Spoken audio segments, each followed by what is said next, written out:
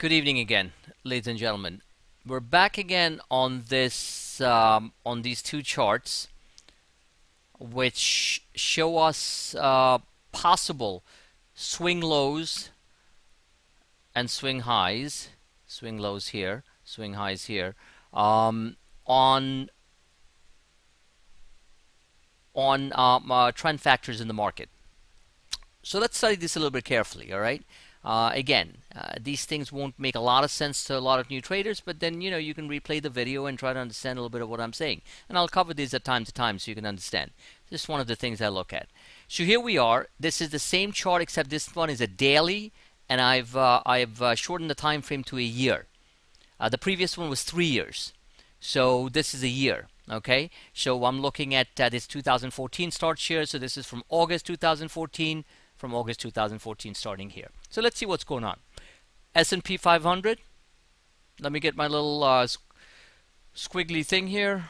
S&P 500 stochastics are starting to turn. You notice that right there. That's a positive. Now this could also break down, and then and the green line can go straight down, and the red line can go straight down, making this very simplistic for people, for my members, and you could basically continue with the sell-off. But this is a daily chart. The weekly said there's more sell-off coming, right? We have a little bit more to go. But the daily is telling us on a short-term basis we could possibly turn and have a reflex rally. That kind of correlates with what I've been talking about before on the 50 fib retracements, the dead cat bounce, all that stuff that generally happens after a big sharp reset sell-off, like corrective pullback that we have had recently. So, saying all that, look what happened previously. This happened in April. All right, this is pretty much when when the service was started. So right there, we actually have a footprint in history, right? So and then you had this in January, after the January sell-off, stochastics turn, the 50, the full stochastics, they just start turning, and when they turn, it doesn't end in one day. They generally tend to move higher. They tend to move higher, as you can see. These are shorter sell-offs. Obviously, as you can see, this sell-off was big. You can see that right here, and you can see this one could is somewhat similar to what we incurred here. So if I could get let's see here, get another tool.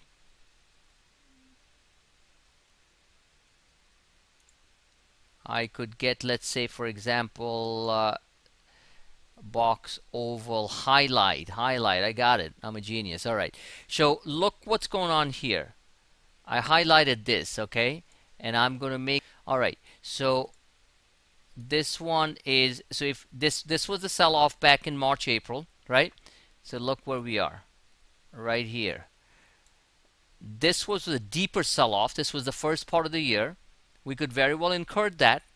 But this sell-off was much deeper, as you can see in length. We went from about 18, what was it, around 1850 all the way down to about 1750. We lost 100 points. So we can still go down to, personally speaking, we could, if we do a 100-point type of sell-off, then we drop from 1990 to 1890. So we'd be somewhere here. We'd be somewhere here, right? We'd be somewhere here on the before we find a home, and it very well could happen. So you can see how these things, these are pattern symmetries, right? They don't exactly match, but they're similar. And look what happens internally when we do this type of thing. We have these type of watch these highlighted marks. This is where we get to. Guess where we got to? Okay, no magic, just the way things happen. All right, I'm just a messenger. So you see these turns, you're starting to see this turn. They don't happen in one go. Fits and starts. The algos and the HFTs completely keep on fooling traders. So we have to keep an eye on these type of things to keep our disciplines, eyes on the price. And then when it turns, we have a very sharp move up. So you have one of those 300-point type of days. I believe that we'll probably get, we got one, we gave back one. So that's the way it works. Now look what's happening here on the MACD. The MACD histograms are all the way down here. They could fall a little bit more. -10 is extreme. We can see that clearly.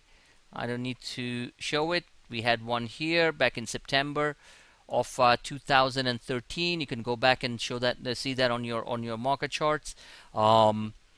and generally, that signifies, extreme oversold conditions. Everyone's, was scared to the point that everyone's shorting or just all kinds of nasty stuff, and then the market turns. Now, anything can change, right? We could be in a protracted hardcore 20% sell-off for all I know, because things just went berserk out in the Middle East or in Ukraine, Russia, or China banking crisis, or something happens here, so keep those things in mind. Somebody does something really stupid in Capitol Hill, well, thank God they're on vacation. But you know what? So keep extraneous factors, in perspective when I'm explaining this stuff. So this is the Russell 2000 daily. Look what's going on. We are deeply oversold, but we're deeply oversold. We went up to the 50 retracement, right? Or the 50 RSI, if you want to look at it that way. And we pulled back a little bit today. So just concentrate on this, concentrate on this part here. There. Concentrate on that. See the 50? Boom. Squint your eye and look at it. Look to see where we are. And this is what's interesting. We were here when we hit the lowest point of the MACD, and this is known as a minor positive divergence. All right, this is minor. So this gets about -10 on the histograms. Guess we were on the where we were on the Russell. We were actually a little bit higher. We were around 1130, right? We're around 1130. Even though we hit a lower low and we hit around 1100. Around that level right here. Let me see if I can change this thing here. Look where we were on the histograms. We were only -5 or -6. So that's known as a slight positive divergence. Let me just get this thing. Draw tool.